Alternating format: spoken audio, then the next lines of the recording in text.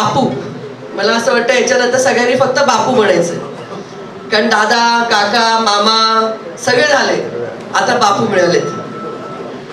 बापू, आज या माध्यमातून मी तुम्हाला सांगते की जी गर्दी दिसते ती ताईंनी सांगितलं, सुजाता ताईंनी, ही गर्दी तुमच्यावरती प्रेम करणारे आणि शंकर भाऊने उभे केलेली सेना आहे. त्या माध्यमातून ही सर्व गर्दी आज तुमच्या समोर आहे. आज लक्ष्मण भाऊंची आठवण येते की लक्ष्मण भाऊंच्या काळामध्ये ह्या कार्यालयात सतत बैठका सुरू असायच्या. मग त्या आर.एस. कुमारनं जबाबदारी दिली होती, मला आठवतं. त्या सर्व मोर्चांच्या आघाड्यांच्या बैठका सतत होत होत्या. ह्या संघटनात्मक काम हे लक्ष्मण भाऊंच्या माध्यमातून झालं. आणि शांततेत काम कसं करावं, शंकर भाऊंना मी नेहमी म्हणायचे, तुम्हाला राग नाहीत का? नाही ना ताई, म्हणजे शांतपणे संघटना चालवणं हे शंकर भाऊंकडनं शिकण्यासारखं आहे. ह्या माध्यमातनं ह्या दोघांच्याही तालमीत तुम्ही तयार झालेला. मी कारण का सांगते की दोघांची नावं घेण्याची, कारण या दोघांच्या तालमीमध्ये तुम्ही काम केलेलं आहे, काम करत होतात. अश्विनी वहिनींचा आमदारकीनंतर त्यांच्या सुद्धा सहवासात तुम्ही आलात. शांत, सोज्वळ आणि शांतपणे आपलं काम करणं, पण जिथे पाहिजे तिथे ठोकणं. अश्विनीताईच्या माध्यमातून हा पण आहे, कारण त्यांनी लक्ष्मण भाऊंच्या माध्यमातून काम केलेलं आहे. कारण विरोधकांना कसं वेठीस धरावं हे लक्ष्मण भाऊच्या माध्यमातून, ताईंच्या माध्यमातून आलेलं आहे. नेहमी गोष्ट ऐकायला मिळायची, वहिनी माझी इच्छा आहे की तुम्ही एक गोष्ट सांगावी आम्हाला, म्हणजे लक्ष्मण भाऊंची जी कमी आहे ती आम्हाला इथे पूर्ण करून मिळेल.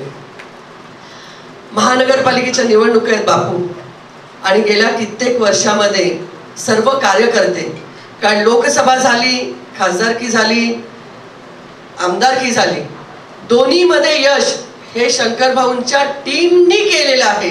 त्या टीमच्या माध्यमातून, कारण जर पाहिलं तर शिवसेनेकडे पण ती संख्या नव्हती, राष्ट्रवादीने तर कामच नाही केलेले. सगळे तिन्ही आमदार आपले झालेले आहेत. त्या माध्यमातून शंकर भाऊंनी करून दाखवलं.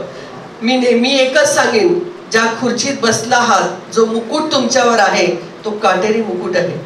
प्रत्येकाला शांतपणे तुम्हाला सामोरं जायचंय. कारण जेव्हा एखाद्या वॉर्डमध्ये मागणारी 4 लोक असतील, त्याला एकालाच तिकीट दिली जाईल. 3 जण तुमच्या विरोधात जाणारी हे लक्षात ठेवा. आणि त्यांचा विरोध कसा मागवून घालायचा, कसं शांत करायचं हे शंकर भाऊंकडनं शिकलं तर जास्त चांगल्या पद्धतीने तुम्हाला ते सांगू शकतील.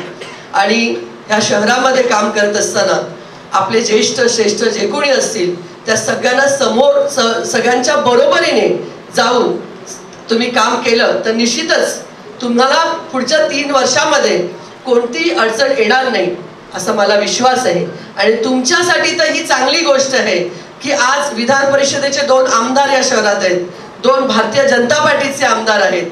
ह्या 4 आमदारांची साथ तुम्हाला आहे, जी मागच्याला नव्हती ती तुम्हाला मिळालेली आहे. तर तुम्ही भाग्यवान आहात बापू की ह्या माध्यमातून तुम्हाला चांगली साथ सगळ्यांची आहे.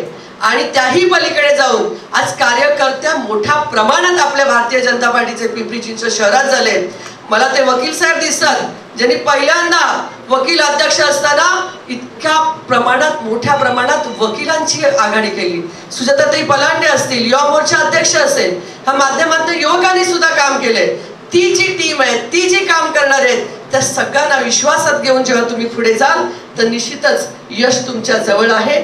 आणि त्या यशाला कोणी थांबवू शकणार नाही, विरोधक काही असू दे. आज जे आपल्या बरोबर आहेत, मी हे विधान करते आहे की जे आपल्या बरोबर आहेत कदाचित महापालिकेला आपल्या विरोधात असतील. त्यामुळे खूप मोठी कसरत ही आपल्यावरती आहे. आणि ती कसरत पार करत असताना निश्चितच आम्ही सर्वजण तुमच्या पाठीशी भक्कमपणे उभे आहोत. एवढंच सांगते, तुम्हाला शुभेच्छा देते तुमच्या या अध्यक्षपदासाठी.